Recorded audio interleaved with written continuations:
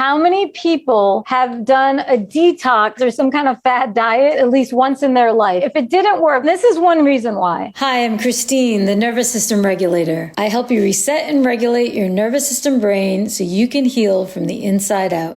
If your body and nervous system is in a state of fight or flight throughout most of the day, only 5% of our blood goes to our liver and kidneys. These are our primary detox organs. The opposite, so this is one of those pro tip alerts, okay? When we're in a state of rest and digest, 50% of the blood goes to the liver and kidneys, and it makes detoxification so much effective. So in my Radiant Lifestyle Reset program, we layer in intermittent fasting and some other therapeutic nutrition protocols where we cradle the body, which is what I'm encouraging you guys to do. We cradle the body with groundedness, centeredness, love, mindfulness, and the weight releases like this because we're just working with our body rather than against it. Same thing with losing weight. How many people have been like working out really, really hard and getting up early in the morning or doing it late at night? It doesn't matter, but you're really hitting it hard with your workouts.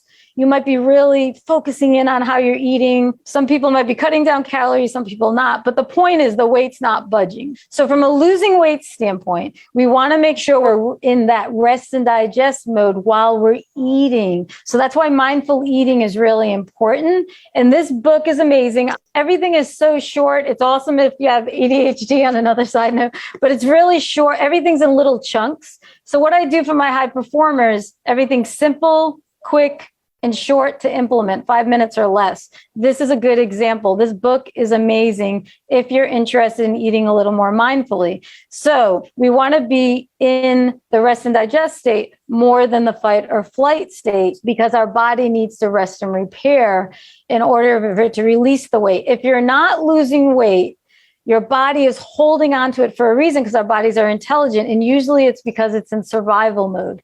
It's in survival mode because it's actually in a state of sympathetic. Number one, identifying things, places, people that trigger you and why. It helps release if you put it out into the universe and write it. But important, please take time to reflect.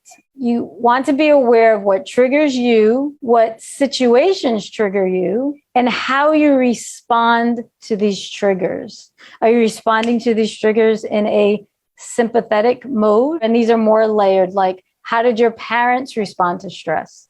Are you replicating the responses from your past beliefs and then projecting them to others? Is your nervous system responding appropriately based on what you're faced with?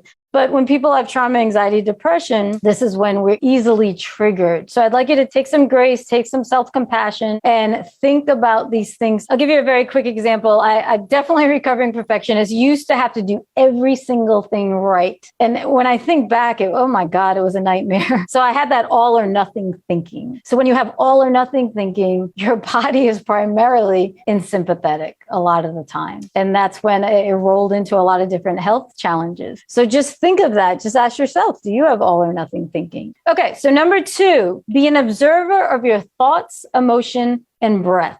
So a lot of times we don't even stop. We go from task to task to task. So this is where I implore you, even this week, just try it tomorrow. For these 5 days even, there's so much research on the breath. If you don't go from task to task, if you actually stop and just breathe, even for 3 breaths, you can change your physiology. So this is really easy, but powerful stuff. And so it's real important that we focus on this. And when I say be the observer, I almost pretend I visualize that I'm outside myself because we never want to say, I have Lyme, I am a perfectionist, I am tired, right? We're labeling.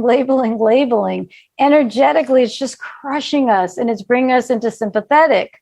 So see if you can step outside and observe what is going on in your body. If you have autoimmunity, then you're just managing lupus. You aren't lupus. Lupus isn't you, right? So let's move to mouth breathing because this is really important. Do you breathe through your mouth or do you breathe through your nose? Either during the day or in the evening. It doesn't matter. You don't have to distinguish when. So here's the deal. About 25 to 50% of us are mouth breathers. The primary function of our mouth is to chew and assimilate our food and also speak our truth, but not to breathe. The nose is the primary organ for breathing, okay? So here's the thing. If you want to be in rest and digest mode more, breathe in and out through your nose. Don't do all your crazy workouts. I'm not kidding. Just breathe in and out through your nose. This is the quickest way to get into parasympathetic. And if you're breathing through your mouth, this is what happens. Blood pressure increases, blood sugar increases.